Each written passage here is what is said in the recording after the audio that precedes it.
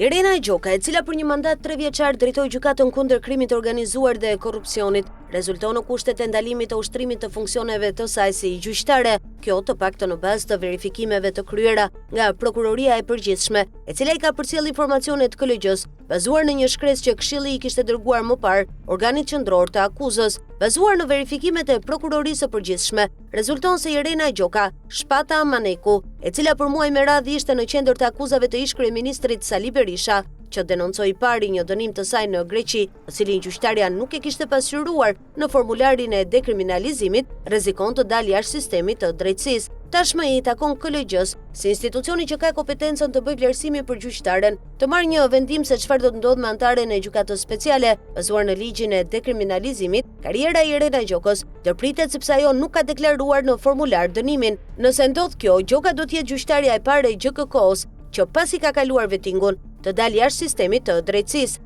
Gjoka u vendos në qendër të akuzave pasi ishte gjyqtarja që vendosi masat e sigurisë për ish kryeministrin Sali Berisha dhe dhëndrin e tij Amarbër Maltezi. Gjithashtu me firmën e Irena Gjokës u vendos masa e sigurisë edhe për ish presidentin Ilir Meta, por edhe për Fredi Belerin, kryebashkiakun e zgjedhur të Imarës, i cili nuk arriti të marrë zyrtarisht detyrën pasi ishte në qeli me akuzën e blerjes së votave.